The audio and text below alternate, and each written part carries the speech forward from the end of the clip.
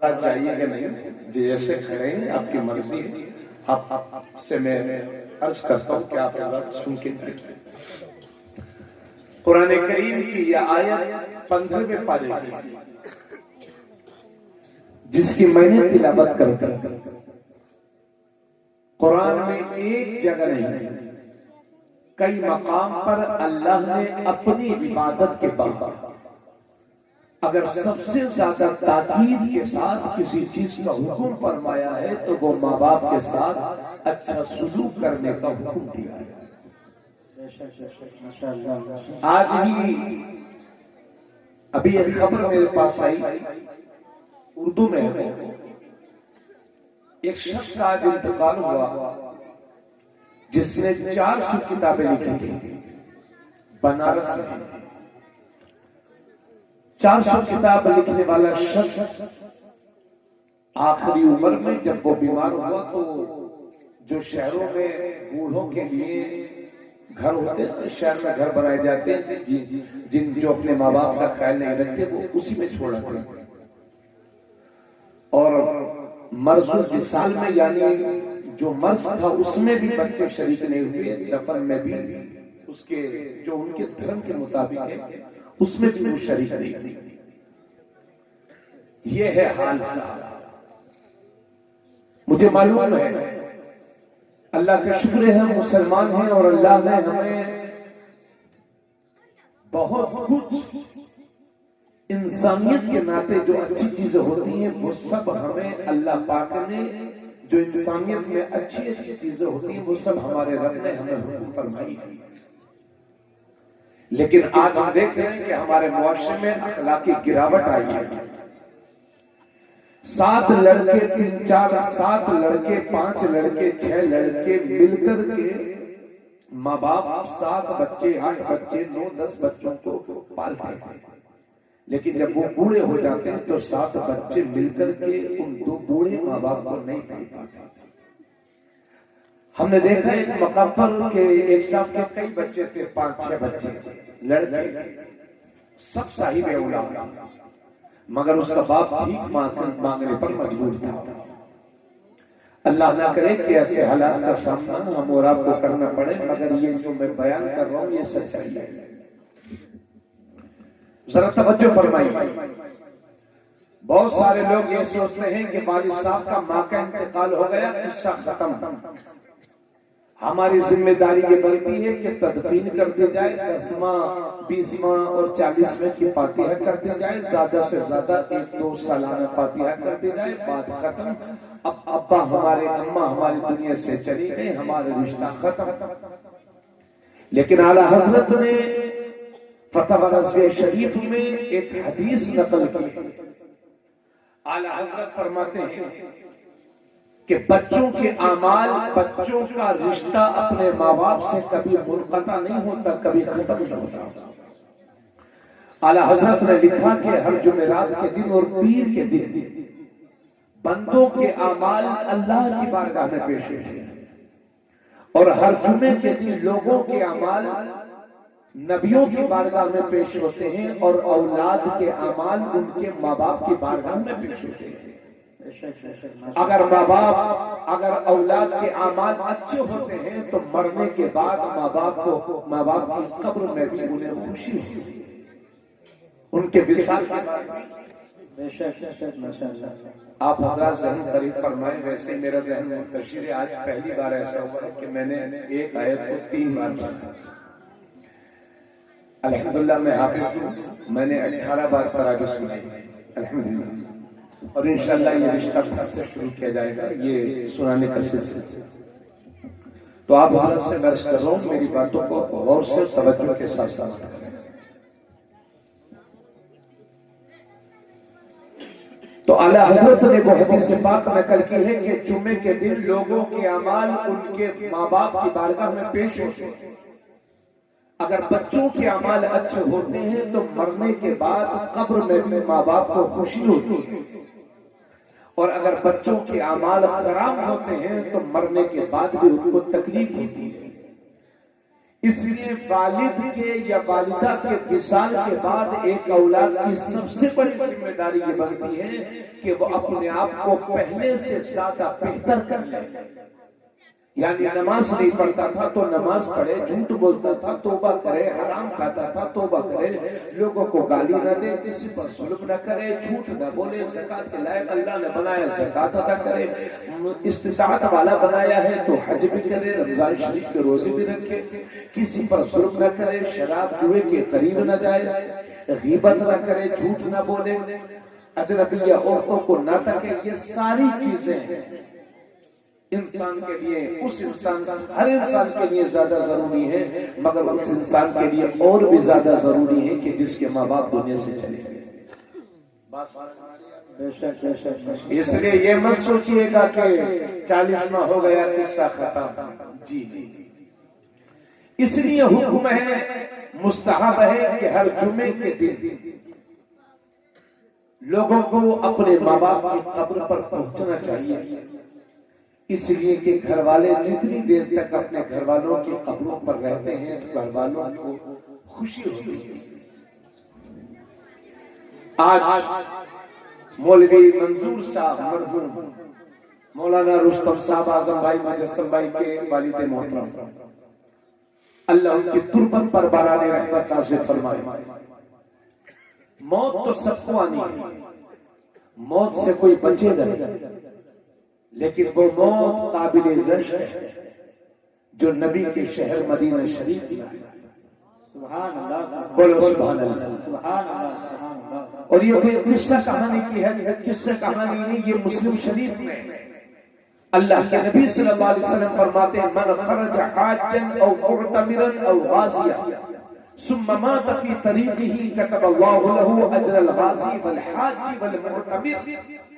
अल्लाह के नबी सल्लल्लाहु अलैहि वसल्लम फरमाते हैं कि जो बंदा हज करने के लिए घर से निकला, या उम्रा करने के लिए से निकला, या कोई गाजी जिहाद करने के इरादे से निकला, सुम्मा मात फी तरीक़िही, फिर रास्ते में ही उसकी मौत हो गई, कतबल्लाहु लहू अजरल गाज़ी वल हाजी वल मुअतमिर, तो अल्लाह हमेशा हमेशा के लिए जो हज को जा रहा था उसके लिए हज का सवाब लिखेगा, जो जिहाद पर जा रहा था अल्लाह उसके लिए जिहाद का सवाब लिखेगा, जो उम्रे पे जा रहा था अल्लाह क़यामत तक के लिए उसके लिए उम्रे का सवाब लिखेगा। सुभान अल्लाह, बोलो सुभान अल्लाह, माशाअल्लाह माशाअल्लाह, सुभान अल्लाह। नबी करीम सल्लल्लाहु अलैहि वसल्लम फरमाते हैं, हो सके तो मदीने में आकर के मरो, क्योंकि मदीने में आकर के मरना तुम्हारा काम है, और मदीने में मरने वाले की बख्शिश करवाना तुम्हारे नबी का काम है।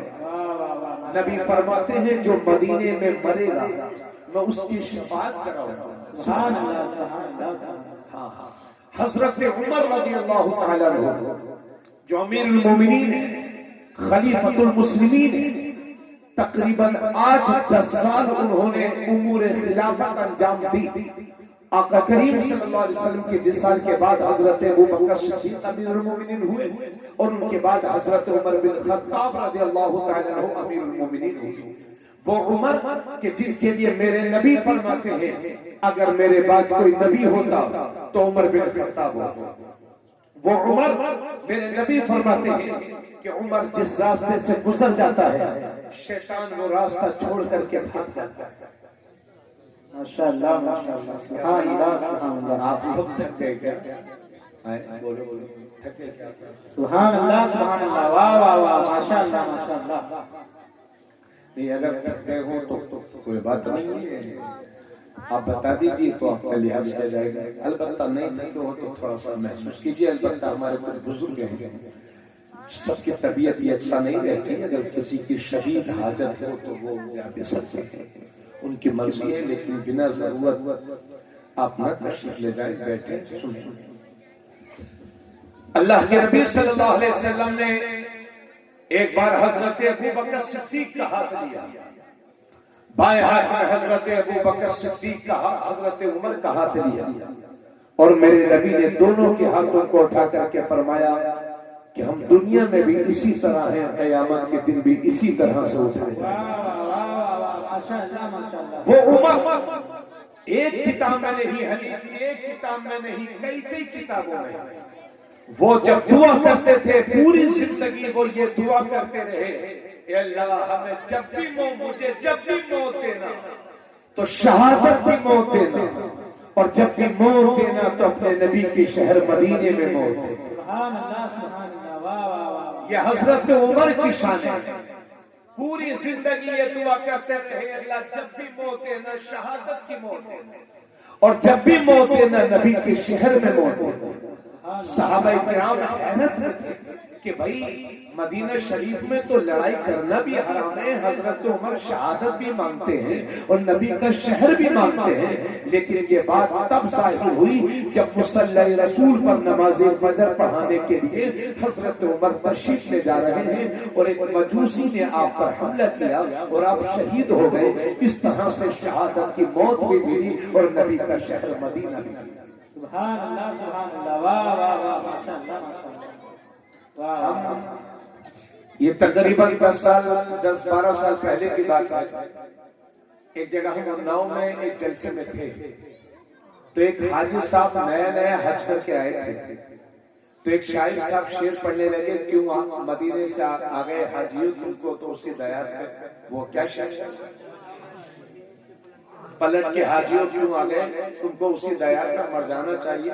हमें तो हाजी साहब शायर को गाली करने लगे, लगता है ये मुझे मारना चाहता। हाँ, ऐसे ऐसे हाजी भी किस्मत वाले को मौत आती है मदीना शरीफ में। हम लोग क्या दुआ मांगते हैं मस्जिद में जाके, पूरा मत मानिएगा मगर सच्चाई बयान करो, ये अल्लाह इस साल हमारे धान बहुत हो जाए, धान के लिए भी तुम मांगिए, अल्लाह हमारे गेहूं को हो, अल्लाह जो पड़ोस में हमारे आदमी जो हमें परेशान कर रहा था मौला वो हमें परेशान नहीं, अल्लाह हमारे बेटे की नौकरी लग जाए, शादी हो। बस कभी ये नहीं दुआ की होगी अल्लाह हमें ईमान पर मौत दे और नबी के शहर और शहादत की मौत की तो किसी ने दुआ भी नहीं की होगी, डरते लोग। लेकिन शहादत की मौत सुभान अल्लाह, हम ये समझते हैं जब वाक़यात कर्बला सुनते हैं तो हमारे आंसू नहीं रुकते, मगर हदीस शरीफ में है कि शहीद जब शहादत का मर्तबा पाता है तो तलवारों के वार से बस उसको उतनी तकलीफ होती है जैसे चूंटी काट लेती है या कोई किसी को चुटकी भर गूंज, जितनी चूंटी के काटने से या चुटकी के भर लेने से एक शहीद एक आदमी को तकलीफ होती है, बस उतनी ही तकलीफ शहीद को शहादत के वक्त मरते वक्त होती है। और क़यामत के दिन एक मंजर वो भी आएगा, एक मौका वो भी आएगा। अल्लाह फरमाएगा, तवज्जो सुने, अल्लाह फरमाएगा सारे लोगों से फरमाएगा कि तुम्हारी और कोई ख्वाहिश है तो बताओ, क्या दुनिया में पलट के जाना चाहते हो? तो हम लोग कहेंगे मौला करीम बड़ी मुश्किल से तो तेरी जन्नत मिली है। अल्लाह करे वो मौका आए हम लोग जन्नती हो, बोलो सुभान अल्लाह आमीन। बड़ी मुश्किल से तो तेरी जन्नत मिली है, या अल्लाह तेरी जन्नत से निकल जाएंगे तो कहाँ मारे मारे फिरेंगे, या अल्लाह हमें जन्नत से मत निकाल। फिर मेरा रब शहीद से पूछेगा तेरी क्या ख्वाहिश है, तो शहीद कहेगा मौला करीम मेरी ख्वाहिश ये है कि तेरी जन्नत से बाहर निकलूं, फिर मैदान में पहुंचूं, वही सवारी हो, वही हाथ तलवार हो, सामने तेरा दुश्मन हो और तेरे दीन की खातिर लड़ते लड़ते मैं शहीद हो जाऊं। मौला तेरे नाम पे जो जो कटने में मजा है वो मजा तेरी जन्नत में नहीं मिल पा रहा, वो मजा तेरी जन्नत में नहीं मिल पा रहा। यही वजह है आज तक जितने भी लोग दुनिया से गए हैं, ये जितने पठानपुरवा के कब्रिस्तान में आराम फरमाए, अभी कोई जन्नत में नहीं गया। सबकी जन्नतों में जन्नत की हवा खिड़की, सबकी कब्रों में जन्नती एजाज़ात, जन्नती बिस्तर उन्हें नसीब हुआ है, लेकिन अभी कोई जन्नत में नहीं गया। नबियों का वहां जाना ये उनका मौजूदा है। कयामत के दिन हिसाब किताब के बाद सब जन्नत में जाएंगे, अभी कोई नहीं गया है। सब है कब्रों में काफिरों पर अज़ाब जहन्नम का हो रहा है। और मुसलमान को जन्नत के एहसास हो रहे हैं कब्रों में ही, लेकिन शहीद की रूहें ऐसी रूहें हैं कि जब चाहती हैं सब्ज परिंदों के जिस्मों में दाखिल होती हैं और जन्नत की सैर करती हैं। सुभान अल्लाह, सुभान अल्लाह, वाह वाह। ये सिर्फ शहीदों की रूह है। क्यों भाई, आप लोग को बात समझ आ रही है? बैठेगा इंशाल्लाह सुनाए। तो पूरी जिंदगी हजरत उमर ये दुआ करते रहे, अल्लाह मुझे जब भी मौत देना, शहादत की मौत देना। चार इमाम हैं, चार इमाम, हजरत इमाम आजम अबू हनीफा जो अपने इमाम हैं, जिनका नाम है हजरत नुअमान बिन साबित, उन्हीं की निस्बत से हम लोग हनफी हैं। एक इमाम है हजरत इमाम शाफिई, हजरत इमाम मालिक और हजरत इमाम अहमद बिन हम्बल। ये चार इमाम हैं। इनमें से हजरत इमाम हजरत मालिक ये वो शख्सियत जो सिर्फ एक हज करने के लिए मक्का शरीफ गए। कोई काम ना हो तो बैठ जाओ। अच्छा, सिर्फ एक हज करने के लिए हजरत इमाम मालिक मक्का शरीफ में, बाकी पूरी जिंदगी उन्होंने मदीने में गुजारी।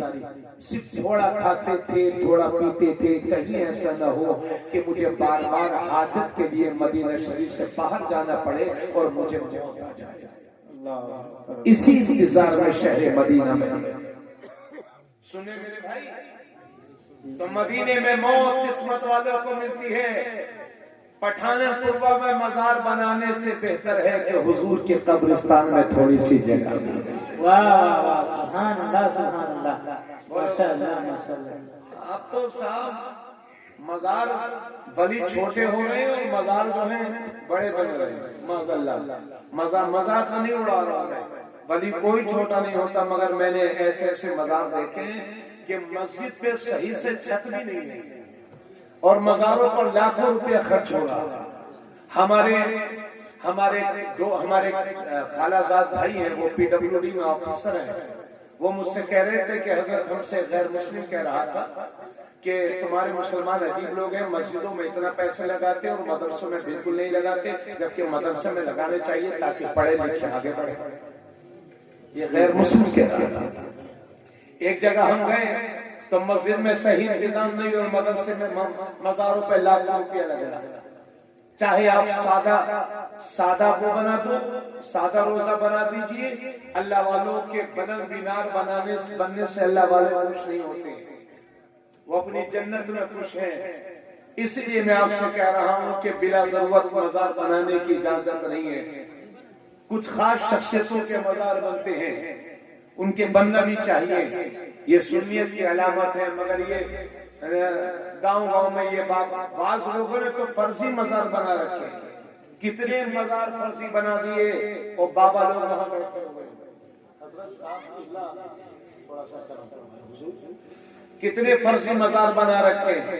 एक जगह हम गए तो 4-5 बाबा मिले, 4-5 बाबा, समझे? ये लंबे बाल और दाढ़ियों सफेद कुर्ता पजामा।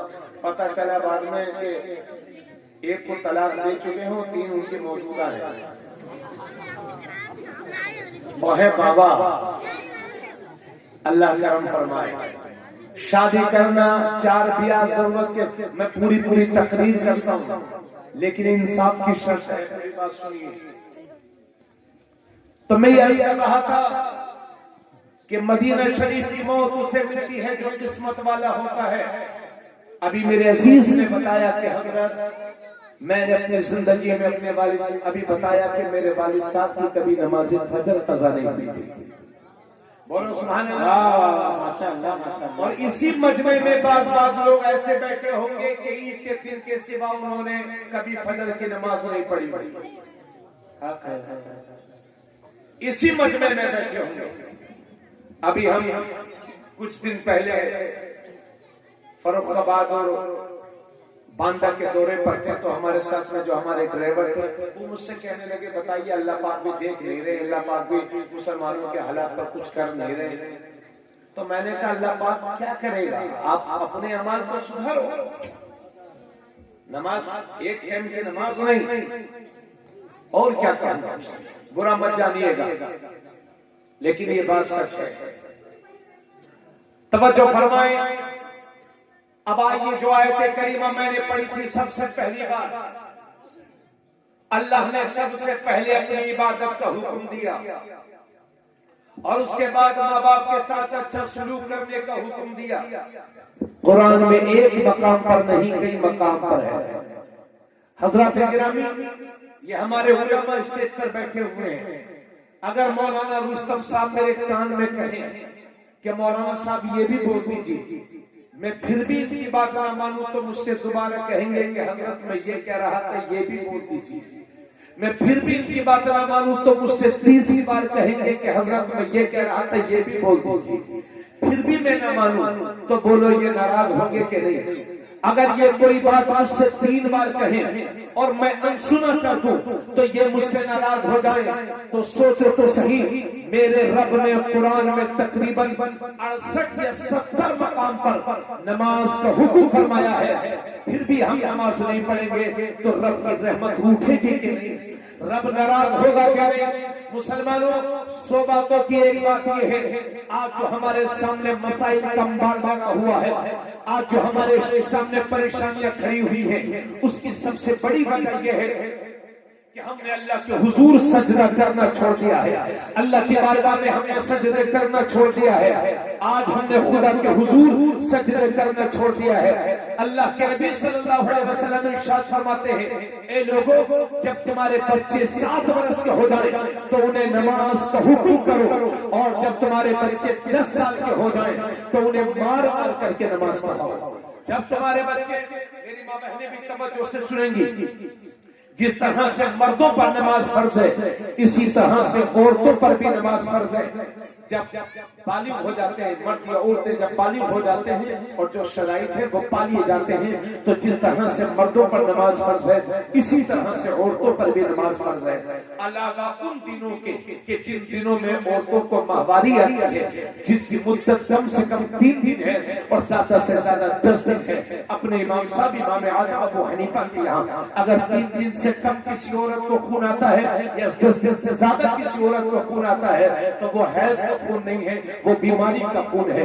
तो जब तक हैज का खून आए उस मुद्दत में औरतों को नमाज माफ है। इसी तरह से जब बच्चा पैदा होता है उसके बाद जो खून आता है उसे निफास कहते हैं, जिसकी मुद्दत कम से कम मुतय्यन नहीं है और ज्यादा से ज्यादा 40 दिन है।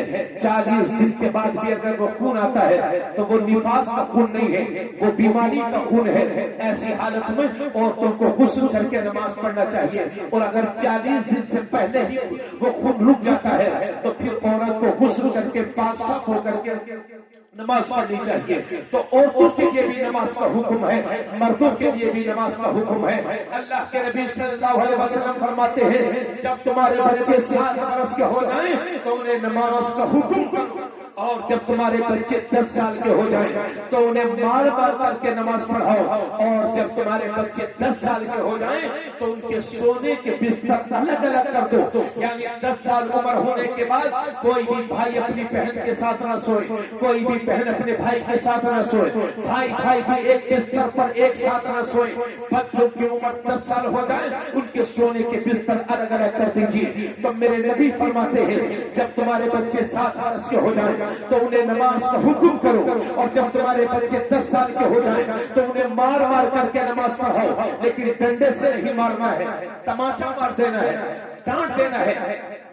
हालांकि ये सारे उलमा जानते हैं कि 10 साल के बच्चे पर नमाज फर्ज नहीं होती, मगर इतनी ताकीद के साथ मेरे नबी इसलिए हुक्म फरमा रहे हैं ताकि जब बचपन ही से नमाज की आदत रहेगी तो बालिग होने के बाद नमाज छोड़ने का ख्याल भी न कर सकेगा।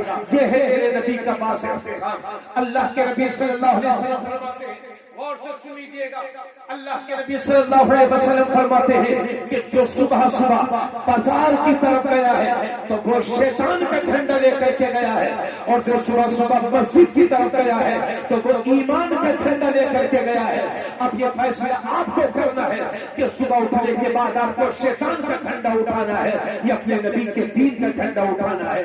मेरे नबी ने हजरत अली से फरमाया था, ए अली, 3 कामों में कभी देर देर मत करना, जब नमाज का वक्त हो जाए तो नमाज की अदायगी में देर मत करना, जब जनाजा तैयार हो जाए तो उसकी नमाज जनाजा पढ़ने में देर मत करना, और जब किसी बेवा का विधवा का मुनासिब रिश्ता मिल जाए तो उसका निकाह करने में देर मत करना।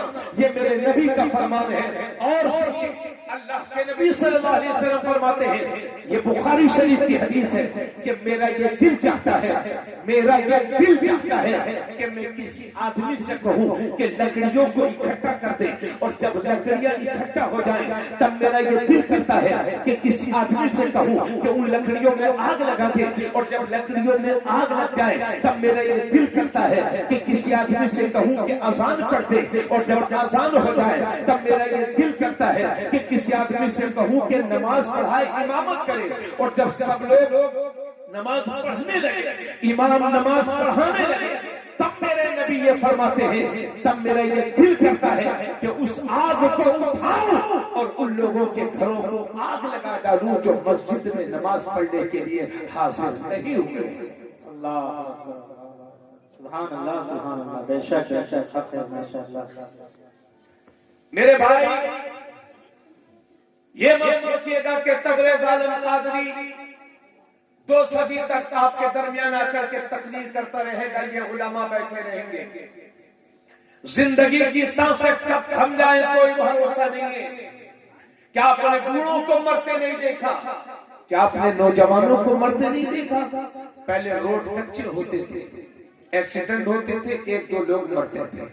आज एक्सप्रेस वे बने हुए, हाईवे बने हुए, पूरी की पूरी गाड़ी पलटती है और 5 मिनट में पूरे का पूरा खानदान सफर हो जाता है।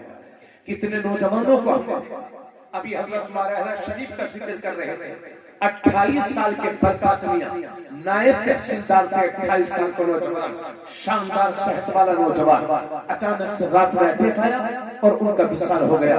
वो माराहरा शरीफ के थे। कितने नौजवान आपके इलाके में होंगे कि आज तबीयत खराब, घंटे पहले तबीयत खराब हुई और घंटे के बाद उनका विशाल हो गया। इसलिए मेरे भाई, होश के नाखून ले, जिंदगी की सांसें कब थम जाए कोई भरोसा नहीं है। इसलिए ये अल्लाह ने चंद सांसें दी है, इनकी कदर कर लो, इनकी इज्जत कर लो, और याद रहे, अगर आप ये चाहते हो कि इस मुल्क में आपकी नस्लें इज्जत की जिंदगी जिए तो इन सारे मसाइल का हल दामन मुस्तफा की पनाह में है। अगर सारे मसाइल से निजात चाहते हो तो दामन मुस्तफा की पनाह ले लो, दुनिया में भी कामयाबी मिलेगी, आखिरत में भी कामयाबी मिलेगी। कि मोहम्मद से वफा तूने तो हम तेरे हैं, ये जहां चीज है क्या लोगों। नारे तकबीर, सारा मस्तकी आला हजरत वलमाए अहले सुन्नत, नारे तकबीर, नारे रिसालत, सुभान अल्लाह सुभान अल्लाह, वाह वाह वाह, माशाअल्लाह माशाअल्लाह। मेरे अजीज इधर देखिए, अल्लाह के नबी सल्लल्लाहु अलैहि वसल्लम फरमाते हैं, अक्सरू ज़िक्रहा मिन लज़्ज़ातिल मौत, लज्जतों को तोड़ देने वाली मौत को कसरत के साथ याद किया करो। बेशक बेशक माशाअल्लाह। आप लोगों का दिल नहीं लग रहा है? कभी कभी दिल ज्यादा काला हो जाता है, वाकई नहीं लगता है। हाँ, ये सही है। अल्लाह के नबी सल्लल्लाहु अलैहि वसल्लम इरशाद फरमाते हैं, ए लोगों, जिस तरह से लोहे को जंग लग जाती है इसी तरह से इन दिलों को भी जंग लग जाती है, ये दिल भी काले हो जाते हैं। भाई साहब जरा थोड़ा सा तबस्सुम पर कंट्रोल फरमाएं, जरा मूड खराब ना करें मेरा, आप हंसी को बंद करिए। तकरीर करना कोई खेल तमाशा नहीं है, बहुत पढ़ना पड़ता है, बड़ी हिम्मत चाहिए तकरीर करने के लिए। ये अल्लाह की तरफ से मिल जाता है, वरना ये इंसान के बस का है नहीं। कदर किया करें। मैं पता नहीं क्या कह रहा था, भूल गया मैं। अल्लाह के नबी सल्लल्लाहु अलैहि वसल्लम फरमाते हैं, जिस तरह से लोहे को जंग लग जाती है इसी तरह से इन दिलों को भी जंग लग जाती है। ये दिल भी काले हो जाते हैं, मैले हो जाते हैं। साहबा किराम ने उसका या रसूल अल्लाह दिलों की गंदगी कैसे साफ होगी, दिल कैसे रोशन होंगे? तो अल्लाह के नबी फरमाते हैं दिलों की गंदगी साफ करना चाहते हो तो कसरत के साथ मौत को याद किया करो और कुरान करीम की तिलावत किया करो। अभी मेरे अजीज ने मौलाना रुस्तम साहब ने बताया कि हजरत मेरे वालिद साहब फजर की नमाज पढ़ते थे और कुरान की तिलावत फजर बाद जरूर किया करते थे। तो मेरे दोस्त अल्लाह के नबी फरमाते हैं कसरत के साथ मौत को याद किया करो और कुरान करीम की तिलावत किया करो। इसी मजमे में कई महीने से लोग ऐसे भी होंगे जिन्होंने कुरान का एक रुकू तक नहीं पढ़ा होगा। मेरे भाई अंधेरों से बाहर निकलो, दिलों को साफ करने की कोशिश करो। और एक बात और भी, इंसान जैसे सोहबत में रहता है वैसे हो जाता है। अगर आप बुड्ढों के बीच में रहेंगे तो आपको डॉन बनने का शौक पैदा होगा। अगर आप नेता लोगों के पास बैठेंगे तो आपको नेता बनने का शौक पैदा होगा। अगर आप अमीर और सेठों के पास बैठोगे तो आपके दिल में सेठ बनने का शौक पैदा होगा। और फिर ऐसा शौक पैदा होगा कि आप हलाल और हराम ही भूल जाएंगे। बस आपका मिशन ये होगा कि पैसा हो चाहे जैसा हो। आप चोर के पास बैठोगे चोर हो जाओगे, शराबी के पास बैठोगे शराबी हो जाओगे।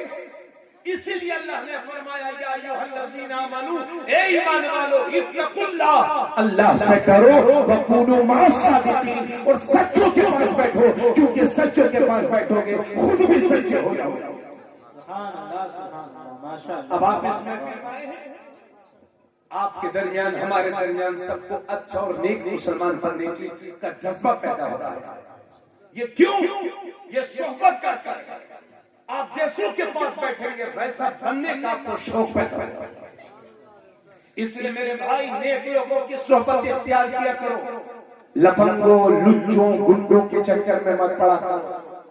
हरामखोरों के पास ना बैठा करो।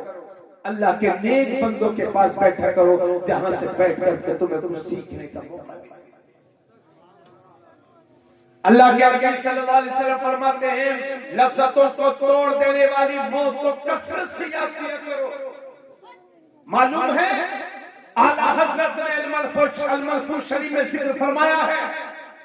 आला हजरत ने फरमाया, मुफ्ती आजम ने उसे तहरीर किया। आला हजरत ने फरमाया कि 1000 तलवारों के वार से जितनी तकलीफ होती है मौत के झटके से उससे भी ज्यादा तकलीफ होती है। कभी किसी मरने वाले को देख लेना साहब, अगर मौत के झटके से जब एक उज़्व से दूसरे उज़्व में रूह पहुंचती है तो जितनी तकलीफ 1000 तलवारों के पार से जितनी तकलीफ होती है उससे ज्यादा तकलीफ मौत के झटके से। इसी वजह से मौत रूह पैरों से निकाली जाती है ताकि बंदा खुद अपनी आंखों से अपना हाल देखे। आला हजरत ने फरमाया कि फरिश्ते चारों तरफ से उसको पकड़े रहते हैं। अगर फरिश्ते पकड़ा ना रहे तो मरने वाला पूरे घर में कूदा कूदा फिरेगा। और हम लोग तो उसे चम्मच से पानी पिलाते हैं। बुजुर्ग फरमाते हैं कि मरने वाला को इतनी प्यास लगती है कि समंदर का पानी भी उसे मुंह में डाल दिया जाए तो उसकी प्यास ना बुझेगी। मेरे अजीज, इसलिए मैं आपसे अर्ज कर रहा हूं, आज से 100 साल पहले पठानपुरवा में कौन कौन लोग रहते थे आप उनका नाम तक नहीं जानते होंगे। कौन कौन अमीरजादे, कौन कौन जमीन जायदाद वाले इस पठानपुरवा में और इस पूरे खित्ते में रहते थे, आप उनका नाम तक नहीं जानते होंगे। ऐसे ही दुनिया हमें भुला देगी। ये चक्कर में, इस चक्कर में मत रहिएगा कि अगर मैं पठानपुरवा से चला जाऊंगा तो लोग मेरी याद में चौराहों पर बैठ के रोएंगे। कोई नहीं रोता मियां। 2-4 दिन घर वाले आंसू बहाते हैं, बाकी वो भी बिरयानी और हंसने लगते हैं, बिरयानी खाने लगते हैं। इसलिए चक्कर में मत रहिएगा। हाँ, अब तो लोग ये भी नहीं समझ पा रहे कि हलाल खिला रहा हूं कि हराम। अल्लाह के नबी सल्लल्लाहु अलैहि वसल्लम फरमाते हैं जिसके पेट में एक लुकमा हराम का पहुंचता है 40 दिन तक उसकी कोई भी इबादत कबूल नहीं होती। लेकिन ये मुसलमान सूद खाने से भी परहेज नहीं करता। अल्लाह के नबी सल्लल्लाहु अलैहि वसल्लम फरमाते हैं सूद लेने वाले पर और सूद देने वाले पर और सूदी दस्तावेज लिखने वाले पर और उसके गवाह बनने वाले पर सब पर अल्लाह के नबी ने लानत फरमाई। आज मैंने बहुत सारे लोगों को देखा है वो कहते हैं हजरत फलां में सूद खाता कि गवाही घर में खुद लेकर के आए हो। भाई साहब जितना सूद पर पैसा देने वाला मुजरिम है उतना ही बड़ा सूद पर पैसा लेने वाला मुजरिम है। अगर ये लेने वाला ना होता तो देने वाला किसे? अल्लाह के नबी सल्लल्लाहु अलैहि वसल्लम फरमाते हैं सूद के एक पैसा खाने में, ये मिशकात शरीफ की हदीस है, 36 बार जिना करने से ज्यादा गुनाह है। सूद का एक पैसा खाने में 36 बार जिना करने से ज्यादा गुनाह है। अल्लाह के नबी सल्लल्लाहु अलैहि वसल्लम इरशाद फरमाते हैं जिसने सूद का एक पैसा खाया उसके लिए ऐसे 70 दर्जे के गुनाह हैं, जिसमें सबसे कम दर्जे का गुनाह यह है अय्यम की हर रजुल उम्महु, जैसे आदमी ने अपनी मां के साथ जिना किया। आपके कान इस जुमले को सुनने के लिए तैयार नहीं, मेरी जबान बोलने के लिए तैयार नहीं, लेकिन ये मेरे नबी फरमाते हैं सूद का 1 रुपया खाने वाला ऐसा है, ऐसे 70 दर्जे के गुनाह हैं, जिसमें सबसे कम दर्जे का गुनाह यह है कि आदमी अपनी मां के साथ जिना कर रहा हो। एक बात आपको और बताऊं, ये पठान हुआ है ना तो नाम से ही पता चल रहा है पठान भाई लोग। चलिए पठान हो या शेख हो या सिद्दीकी हो या अंसारी साहब हो या कोई भी हो, अल्लाह फरमाता है इन्ना अक्रमकुम इंदल्लाहि अतकाकुम, बेशक अल्लाह के नजदीक ज्यादा इज्जत वाला वो है जो तकवा परहेजगार है, तकवे वाला है, परहेजगार। सुभान अल्लाह, सुभान अल्लाह, वाह वाह। बोलो भाई, मैं जब गुवाहाटी आसाम तरावी सुनाने के लिए जाता था तो जब मैं वहां तकरीबन 5 साल मैंने तरावी सुनाई है गुवाहाटी में, आसाम में, और मैं वहां तकरीर करने के लिए भी गया। तो मैं जब दूसरे साल गया तो मुझे पता चला कि यहाँ सूद का चलन इतना ज्यादा है, इतना ज्यादा है कि मत पूछिए। और सूदी लोग मौलाना लोगों को भी खरीद लेते थे, किसी की हिम्मत नहीं थी कि सूदखोरों के खिलाफ तकरीर करे। अल्लाह के करम से आपका ये भाई मैच पर खड़ा हुआ और कुरान और हदीस की रोशनी में वो सब कुछ सुनाया है जो अल्लाह उसके रसूल का फरमान है। बाद में हमें पता चला कि यहाँ के पठान लोग ये कहते हैं कि ये सूद खाना पठानों को जायज है और बिरादरियों को जायज नहीं है। सही बता रहा हूँ, ये वहां बोले काबुली पठानों को जायज है, बाकी और बिरादर ये बिजनेस है। पता चला अक्सर पठान यही काम करता। आप तो इमाम अहमद रजा खान के मानने वाले हो भाई, वो भी अफगानी पठान है माशाल्लाह। अल्लाह का शुक्र है, पठान को तो वहाबी होना ही नहीं चाहिए। वो पठान ही नहीं है जो वहाबी है, और जो वहाबी है वो पठान नहीं, और जो पठान है वो वहाबी नहीं। तो मैं यह कह रहा था कि अपने बच्चों को हलाल लुक़्मे खिलाओ, हलाल लुक़्मों का असर होता है, और हमेशा मौत की तैयारी रखें। मौत बता करके नहीं आती, समझ गए? आज कोई भी मरने वाला आपको आकर के ये नहीं बताया होगा कि भाइयों मौत की तैयारी करके रखना, बहुत सख्त मामला, बताने का मौका ही नहीं मिलता। हाँ, इसलिए अल्लाह से डर मेरे भाई, तवज्जो बात समझ में नहीं, आप गलत तो नहीं गए।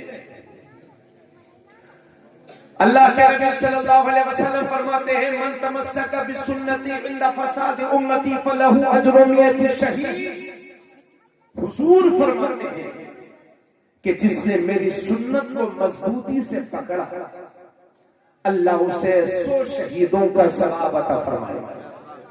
जरा जोर से बोलिए सुभान अल्लाह, माशाअल्लाह, परेशान तो नहीं है आप लोग? पूरी तवज्जो के साथ सुनिए। अल्लाह के नबी फरमाते हैं जिसने मेरी सुन्नत को मजबूती के साथ पकड़ा अल्लाह उसे 100 शहीदों का सवाब अता फरमाएगा।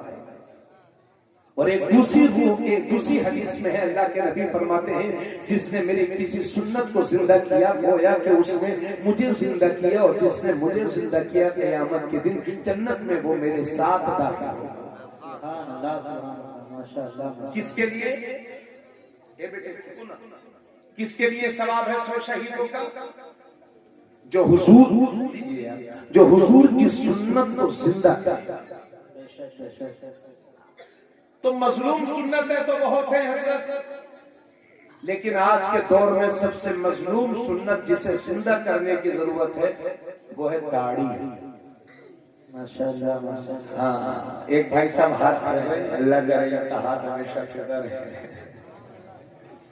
अगर मैं मस्जिद के लिए एकदम देखिए, अगर मैं मस्जिद के लिए आपसे चंदा मांगू, अरे भाई है कोई पठान भाई जो मस्जिद के लिए 11,000 रुपए दे, अरे हजरत क्या बात करते हो, लीजिए 11,000। अरे कोई इससे बड़ा वाला 50,000, हजरत बिल्कुल है लीजिए 50,000 मस्जिद के लिए। और मैं कहूँ हजरत चेहरे पर दाढ़ी रख लीजिए, अरे हजरत तब थोड़ा सा। अभी जो परसों प्रधानमंत्री जी, पुराने प्रधानमंत्री का इंतकाल हुआ है ना, मालूम है? प्रधान नहीं थे वो, प्रधानमंत्री भाई साहब 10 साल प्रधानमंत्री की कुर्सी पर बैठा, मगर बंदे को देखा नहीं होगा अपने के सर से पगड़ी उतरी हो उसको। मगर ये जरा से छोटे से नेता बन गए तो सबसे पहले दाढ़ी मुंडाएंगे, क्यों? बड़े बड़े लोगों में जाना होता है। बोलो सही बोल रहा हूं क्या गलत बोल रहा हूं? आज के दौर में सबसे मजलूम सुन्नत है ये दाढ़ी। और अगर किसी नौजवान ने दाढ़ी रख ली तो उसकी माँ उससे कहती है, अरे बेटे अभी तो तेरे अब्बू ने भी नहीं रखी, तूने क्यों रख ली? अभी तो तेरे अब्बू ने भी नहीं रखी, और अपने बेटे तेरी अभी उम्र ही क्या है? और अगर किसी ने दाढ़ी रख ली है और मोहल्ले वालों को पता चला कि फलां आदमी ने दाढ़ी रख ली है, अच्छा मुल्ला बना है, मुल्ला लगता है किसी मदरसे मजार की गद्दी घेरे। और रिश्तेदारों को पता चला फलां आदमी ने दाढ़ी रख ली, अच्छा लगता है किसी मस्जिद का घोटाला करेगा। अमा जब हम खुद अपने नबी की सुन्नतों का मजाक उड़ाएंगे तो हमारा ये हक नहीं होगा तो और क्या होगा? याद रखिए मेरी बात, तलवारों के जख्म भर जाते हैं लेकिन जबानों से निकले हुए जुमलों के जख्म नहीं भरते। शहीद मुजाहिद जो मैदान जिहाद में गया गर्दन कटी और जन्नत में पहुंचा, मगर ये शख्स जिसने हुजूर की सुन्नतों को जिंदा किया है, कभी घर वालों के ताने सुन रहा है, कभी रिश्तेदारों के ताने सुन रहा है, कभी मोहल्ले वालों के ताने सुन रहा है। तलवारों के जख्म भर जाते हैं लेकिन जबानों से निकले हुए जुमलों के जख्म कभी नहीं भरते। इसलिए मुजाहिद के लिए एक शहादत का सवाब है और हुजूर की सुन्नत को जिंदा करने वाले के लिए 100 शहीदों की शहादत का सवाब। तकबीर, नारे रिसालत, नारे रिसालत, मुफ्ती तबरेज आलम साहब कादरी, नारे तकबीर, नारे रिसालत। आप बुरा मत जानिएगा, मेरी बात सुनिए, आप बुरा मत जानिए। और अगर पूरा जानेंगे भी तो क्या हुआ? उस दिन से बेहतर है कि जिस दिन बगैर दाढ़ी के कब्र में पहुंचे, कहीं ऐसा ना हो कि हुजूर चेहरा देख करके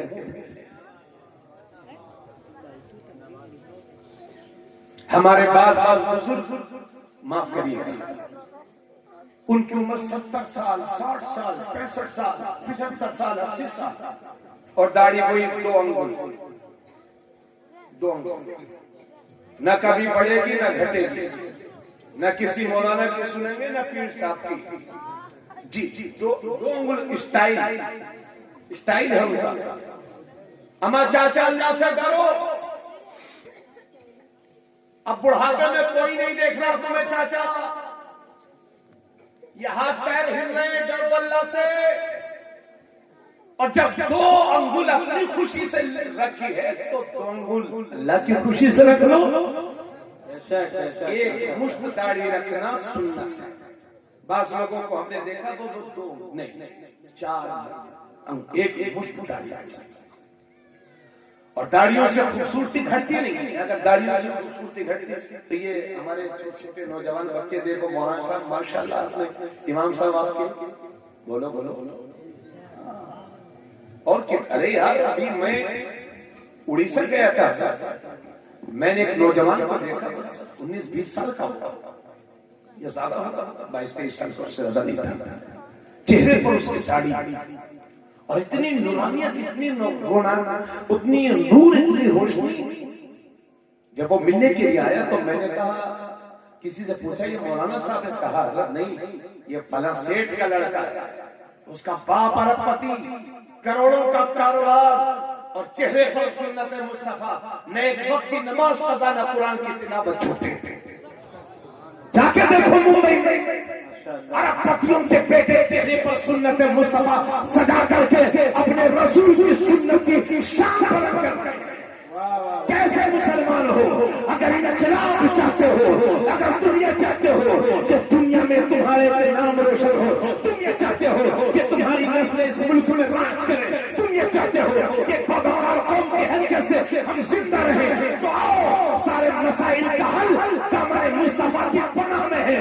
ये दामन ऐसा है जिसकी पनाह तुम्हें दुनिया में भी इज्जत देगी, आखिरत में भी इज्जत देगी कि मोहम्मद से वफा तूने तो हम दे रहे हैं। ये जहां चीज है कल हो। नारे रिसालत, नारे रिसालत, मशरक़े आला हज़रत, मशरक़े आला हज़रत, फैज़ाने मसौली, नारे तकबीर, नारे रिसालत। इसलिए आपसे गुजारिश करता हूं बेटे,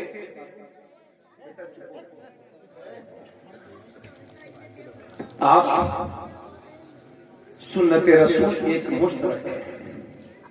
और हमने ये भी देखा है कि जिन बूढ़ों की दाढ़ी नहीं होती लोग उनकी ज्यादा इज्जत नहीं करते, और जिनके चेहरे पर सुन्नत मुस्तफा होती है, अमा मुसलमान को मुसलमान, गैर मुस्लिम भी उनकी इज्जत करते हैं। एक जमाना वो था कि लोग दाढ़ी वाले को देखते थे तो बसों में सीट दे दिया करते थे। आज तासुब का दौर है, लेकिन फिर भी देर है अंधेर नहीं है, बेदार हो जाओ। इसी तरह से ख्वाबे गफलत में पड़े रहे तो आने वाले हालात और भी हमारे लिए खतरनाक साबित हो सकते हैं।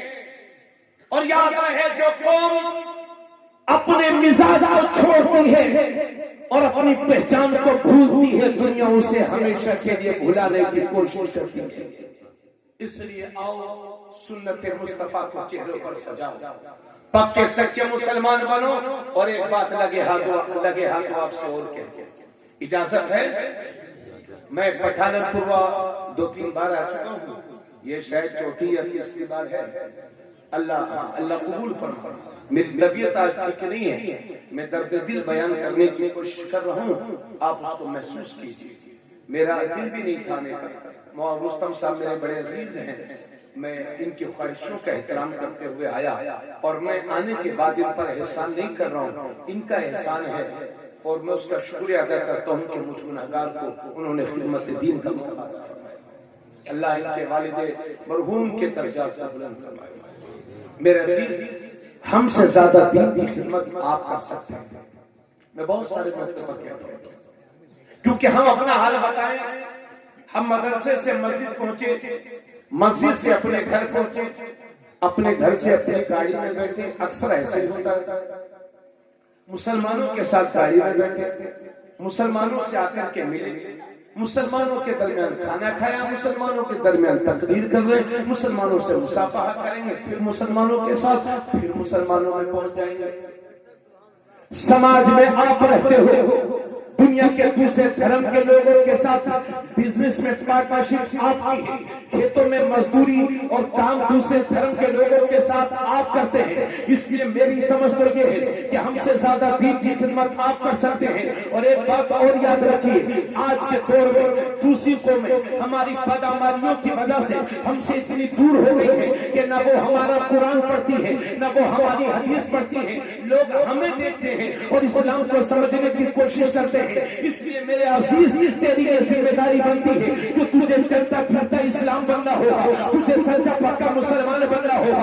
अगर तेरे पड़ोस में कोई गैर मुस्लिम भी रहता हो तो उसके साथ ऐसा सलूक करो, ऐसा सलूक करो कि वो भी तुम्हारे नबी की सीरत पढ़ने पर मजबूर हो जाए। अगर तुम्हारे करीब में कोई दुकानदार हो तो उसे तुम्हारा एतमाद हासिल हो जाए। अल्लाह के नबी फरमाते हैं, मोमिन वो है कि जिसके पड़ोसी की जान और उसका माल उस मोमिन की वजह से महफूज रहे, खतरे में ना पड़े। वो मुसलमान है कि जिसका पड़ोसी की जान खतरे में ना पड़े, जिसके पड़ोसी का माल खतरे में ना पड़े। अल्लाह के नबी फरमाते हैं वो मोमिन है। इसलिए आपसे कहता हूँ, अब लोग कुरान नहीं पढ़ेंगे, अब दुनिया की दूसरी कौमें हदीस नहीं पढ़ेंगी, अब लोग हमें देखेंगे और इस्लाम को समझने की कोशिश करेंगे। इसलिए मेरे नौजवान, मेरी कौम के जिम्मेदारों, तुम्हारी ये जिम्मेदारी बनती है कि तुम चलता फिरता इस्लाम बन जाओ, चलता फिरता इस्लाम बन जाओ। अगर मस्जिद से सदाए अल्लाह अकबर आ रही हो तो दुनिया के सारे काम छोड़ करके मस्जिद से रास्ता ले लो, ताकि दुनिया को पता चल जाए इस्लाम में नमाज कितनी जरूरी है। जब बोलो तो सच बोलो, जब वादा करो तो निभाओ। अगर तुम्हारे करीब में किसी गैर मुस्लिम की दुकान है तो उसके साथ अच्छा शुरू करो, झूठ ना बोलो, सच बोलो, हराम ना खाओ, सीना से बचो, गीबत से बचो, फरार से बचो, फरेब से बचो। चलो तो सुन्नतों के मुताबिक, पियो तो सुन्नतों के मुताबिक, शादी करो तो सुन्नतों के मुताबिक, बोलो तो सुन्नतों के मुताबिक, ताकि दुनिया के कहने पर मजबूर हो जाए कि जब नबी का गुलाम ऐसा है तो इस गुलाम का इमाम कैसा हो। अल्लाहु अकबर।